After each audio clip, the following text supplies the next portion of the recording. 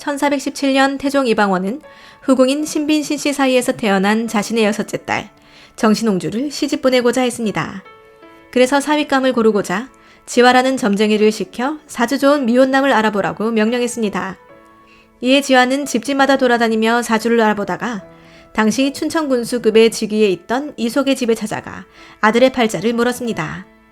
그런데 손님과 바둑을 두던 이속은 왕실에서 사람이 나왔는데도 바둑을 멈추지 않았는데 지화가 왕명이라며 방문 목적을 설명하자 그는 간단하게 다음과 같이 거절을 표시하며 지화를 쫓아내었습니다.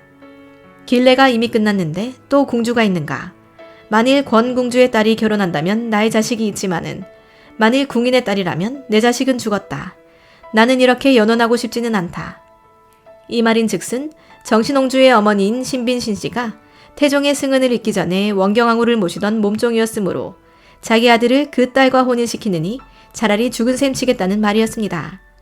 반면 정혜옹주는 정의공주 권씨의 소생이었는데 의빈권 씨는 아버지 권홍이 성균관 악정을 지냈으며 개국공신인 권근 등이 있는 명문가 안동권 씨 가문의 교수 출신이니 괜찮다는 것이었습니다. 사실 정신홍주의 생모 신빈신 씨는 당시 태종의 수많은 후궁들 중에서도 가장 많은 총애를 받는 후궁이었습니다. 애초에 원경왕후 민씨의 몸종 출신을 무려 빈까지 올렸다는 점에서 태종의 총애가 대단했음을 알 수 있는데 정신홍주 또한 태종이 아주 예뻐한 딸이었고 그렇기에 혼담도 꽤나 신경을 썼던 것이었습니다. 그럼에도 이속은 정신홍주와 그 어미 신빈신 씨를 모욕함과 동시에 그 어미를 취한 태종까지 모욕적인 언사로 깔아뭉갠 것이었습니다. 사정이 어쨌든 진짜 문제는 그 당사자가 형제들을 죽이고 아버지마저도 대립했던 철혈군주 태종을 상대로 말했다는 것이었습니다. 점쟁이 지화를 통해 이속의 모욕적인 언사를 들은 태종은 다음과 같이 격노하였습니다. 이속의 가문이 본래 바르지 못하다. 나도 연혼하고 싶지 않다. 그러나 이속의 말이 심히 불공하다. 그리하여 태종은 이속을 옥에 가두며 장 100대를 때리고 그를 폐하여 서인으로 만듭니다. 그런데 사원부와 사관원의 신하들은 앞다퉈 죄에 비해 벌이 너무 가볍다고 반발하고 대역죄를 물어야 한다고 연이어 상소하게 됩니다. 조말생, 김효선 등이 아뢰기를 이속의 죄가 대역에 관계되니 대역의 죄인 삼족을 멸하여야 합니다. 대신 법관이 반드시 다시 청할 것이니 비록 율에 의하여 죄주지는 않더라도 청컨대 또 가산을 정몰하고 외방에 안치하소서. 이에 태종은 아이들 일을 가지고 사람을 베는 것이 내가 어찌하고자 하는 일이겠는가라며 다시 사리에 합당한 처벌을 찾도록 지시합니다. 하지만 대간의 신하들은 다시 그를 처형하는 것이 사리에 합당하다며 간언하였지만 태종은 이를 받아들이지 않았습니다. 그러자 대간에서 그를 먼 지방으로 귀양을 보내는 것을 주장하였으나 이 또한 차마 그럴 수 없다며 듣지 않았습니다. 하지만 신하들의 상소는 지속되었고 결국 태종은 이속의 가산을 몰수하고 귀양을 보내게 됩니다. 하지만 여기서 끝이 아니었습니다. 연이은 대간의 상소를 소극적으로 받아들였던 태종에게 이번에는 의정부와 육조에서 나서게 됩니다. 의정부에서 상언하기를 이속의 죄는 죽어도 용서할 수 없으니 빌건대 유사로 하여금 그 목을 베고 그 집을 정몰하도록 하소서 하였고 육조에서 상언하기를 지금 이속의 범한 바를 대간에서 죄주기를 청하는데 전하가 단지 가벼운 법전을 따르니 대소신료가 결망하지 않는 리가 없습니다. 그러므로 이 명령이 있어서 창원부의 관노를 정하였다. 대간에 이어 의정부 육조에서도 이속에 대해 강력히 처벌해야 한다는 상소를 받자 태종은 결국 이속을 관노로 만들었고 예비사위 후보였던 이속의 아들에겐 평생 금혼령, 쉽게 말해 죽을 때까지 혼인할 수 없다는 처벌까지 떨어집니다. 그런데 이것도 끝이 아니었습니다. 신하들은 이러한 조치에도 성에 차지 않았는지 이속 집안의 과거 행적을 털어 그의 집안을 박살내려 했습니다. 헌부에서 유복중에게 아내를 버린 이유를 물으니 유복중이 아내가 지난해 경신밤에 김사문과 윷놀이를 하는데 전에도 역시 황당한 흔적이 있었고 또 김사문이 어미의 상중에 있으면서 윷놀이를 하는 것을 내가 실로 좋아하지 않아서 2번이나 아내를 부르니 아내가 내 말에 순종하지 않고 밤중이나 되어 나와서 옷을 벗지 않고 누웠습니다.